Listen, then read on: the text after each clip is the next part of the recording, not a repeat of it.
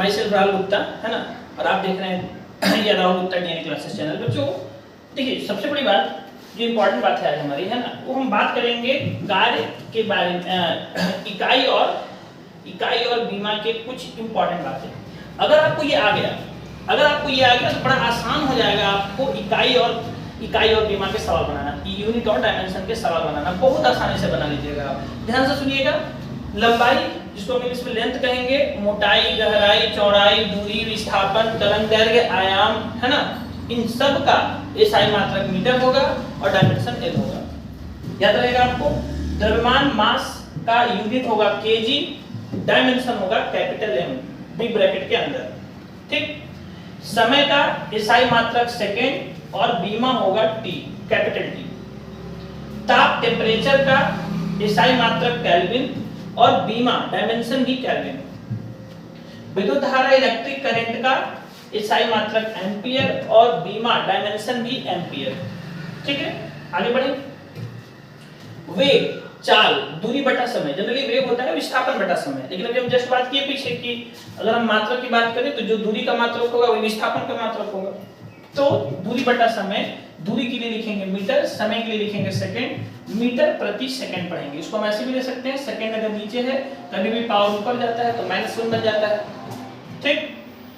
तो मीटर के लिए बीमा क्या लिखेंगे, एल, और सेकंड के लिए बीमा क्या लिखेंगे, टी। तो हो जाएगा lt -1। टी ऊपर जाएगा तो टी का पावर -1 बनेगा, lt -1। तो हम की बात करें वेग बटा समय, वेग का मात्रक पहले से था मीटर प्रति सेकंड, और एक और समय है उसके लिए सेकंड लिखे एक और, तो क्या बन गया, मीटर प्रति सेकंड स्क्वायर।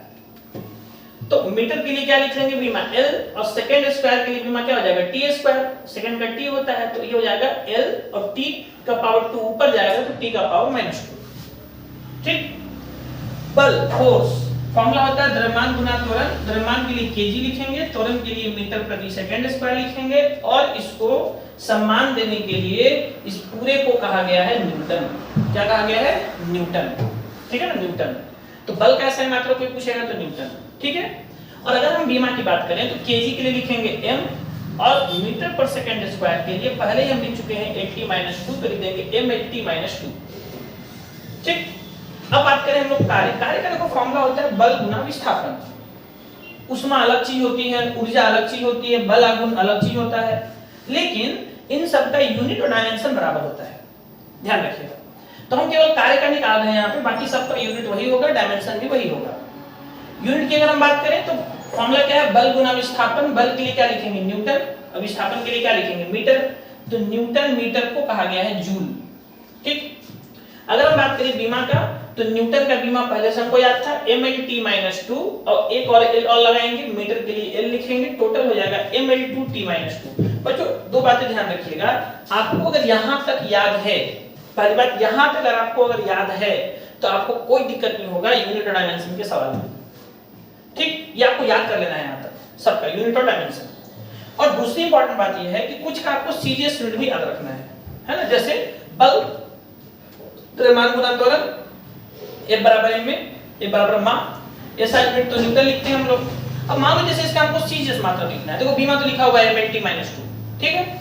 तो एसआई यूनिट अगर हमको लिखना है तो केजी, देखो सीजीएस मात्रा का मतलब सी।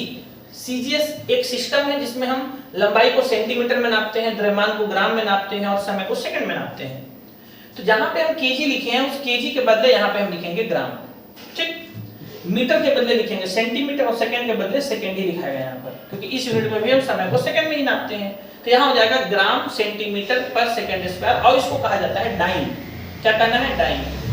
1 न्यूटन 10 का पावर 5 डाइन। ये कैसे है ये भी समझा देते हैं। केजी को जब तुम ग्राम में बदल रहे थे तो 1000 से गुना होगा। ठीक। और मीटर को सेंटीमीटर में बदल रहे थे तो 100 से गुना होगा। तो 3 जीरो और 2 जीरो 5 जीरो हो गया, वही 10 का पावर 5 डाइन हुआ। ठीक ना। अगर हम बात करें आगे, इसके आगे, तो एक और आपको ध्यान रखना है। अगर हम बात करें कार्य का फॉर्मूला बल गुना विस्थापन, आपको पहले से पता है। एसआई मात्रक न्यूटन, मीटर को ही हम जूल लिखे थे। ठीक।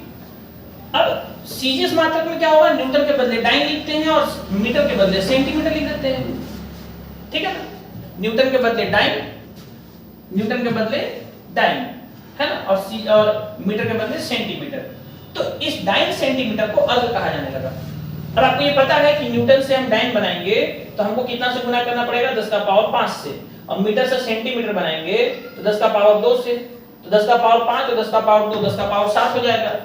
तो 1 जूल कितना हो जाएगा, 10 का पावर 7 अर्ग। और 1 अर्ग अगर हम बदलना चाहें तो 10 का पावर -7 जूल। आपको ध्यान देना है कि एसआई मात्रक बड़ा होता है सीजीएस मात्रक से, है ना। जूल बड़ा है अर्ग से, न्यूटन बड़ा है डाइन से। अभी बात उतना ही होना है m/2t-2। ये बड़े बेसिक सवाल थे यूनिट डायमेंशन के। अगर आपको इतना आता है तो बाकी के आगे के लेक्चर में मैं आपको स्मूथली बहुत सारे यूनिट डायमेंशन सिखा दूंगा। बहुत सारे यूनिट डायमेंशन आप आसानी से निकाल पाइएगा, ठीक है। Thank you.